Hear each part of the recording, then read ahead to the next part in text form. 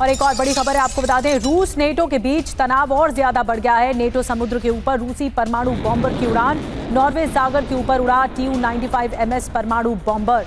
आपको बता दें, लंबी दूरी की उड़ान भरकर ब्रिटेन को चौंकाया है। इस बॉम्बर ने ब्रिटिश समंदर के उत्तरी रूट पर इस तरह से बॉम्बर मंडराते हुए नजर आए, जो टीवी स्क्रीन पर आप तस्वीरें देख रहे हैं।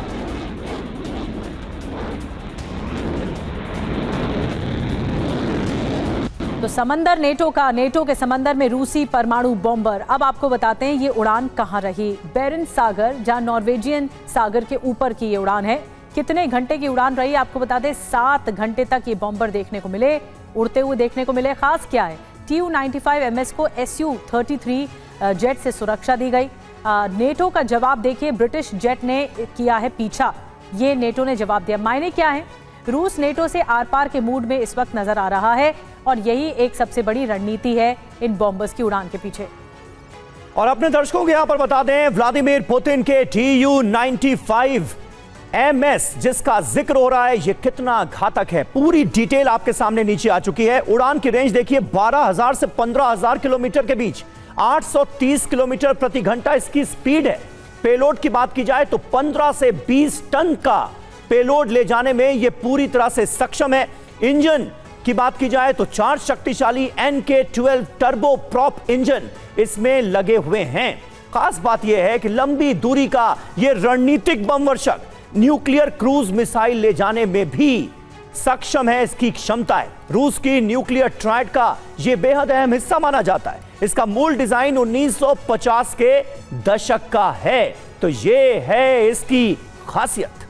और हमारे साथ एक और खास मेहमान है, सुशील कुमार सिंघल साहब हैं, फॉर्मर एम्बेसडर। सुशील जी, आप जिस तरह से ये ट्यू बॉम्बर्स देखने को मिले, इसे कैसे डिकोड करेंगे? क्या रूस की ये मंशा है कि वो यूक्रेन के साथ साथ वाया यूक्रेन के जरिए नेटो को भी या यूरोप को भी जवाब दे पाए?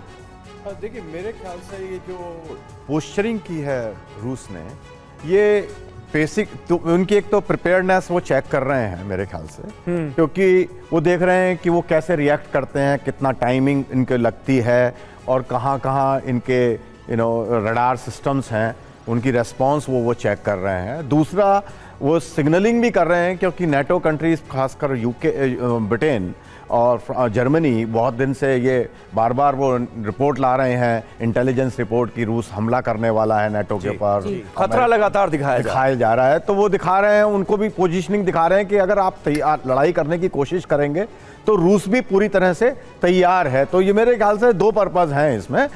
और मेरा अपना विचार है कि रूस को नेटो के साथ डायरेक्ट कन्फ्रंटेशन करने की इस वक्त आवश्यकता नहीं है, कोई सेंस नहीं बनता है, क्योंकि उनके जो रूस के जो ऑब्जेक्टिव हैं वो पूरी तरह से अचीव हो रहे हैं। उनका यूक्रेन पे कब्जा करने का है और दूसरा नेटो कंट्रीज को धमका के रखने का है, वो उसमें वो पूरी तरह से मेरे ख्याल से सक्सेसफुल है। उनको लड़ाई करने की आवश्यकता नहीं है इसलिए। यानी रूस की ये जो स्ट्रेटजी है, इसमें बहुत हद तक उसे कामयाबी मिलती हुई भी नजर आ रही है। इसलिए पूरी कोशिश इस बात की जरूर होगी, कम से कम रूस की तरफ से, कि रूस वर्सेस नेटो की जंग के डायरेक्ट आसार जो हैं वो ना बने। और इस बीच देखिए, अमेरिका का एक बहुत बड़ा ऐलान सामने आया है। अमेरिका थर्ड मिसाइल सिस्टम पर करने जा रहा है भारी निवेश।